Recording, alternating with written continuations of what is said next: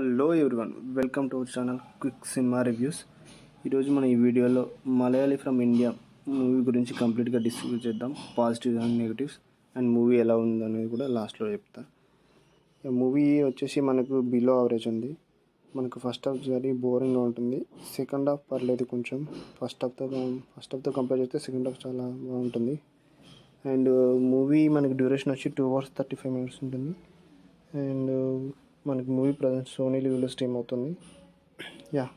Movie స్టోరీలో నుంచి మనకి మన హీరో అనేది బస్లో ట్రావెల్ చేస్తూ ఉంటాడు అన్నోన్ ప్లేస్కి.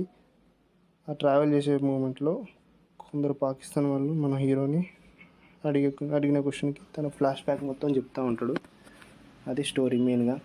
తన ఫ్లాష్ బ్యాక్లో ఏం జరిగింది, ఏమేమి సిచ్యువేషన్ ఫేస్ చేశాడు, అసలు తన ఫ్లాష్ బ్యాక్ ఏంటి అనేది మనకి ఈ మూవీ. మూవీ ఓవరాల్గా మాట్లాడుకుంటే ఎలా ఉందని డిస్కస్ చేస్తే నాకంత నచ్చలేదు భయ్య. ఓన్లీ సెకండ్ హాఫ్ అనేది కొంచెం ఎంటర్టైన్మెంట్ ఉంది, మిగతా అంత బోరింగ్.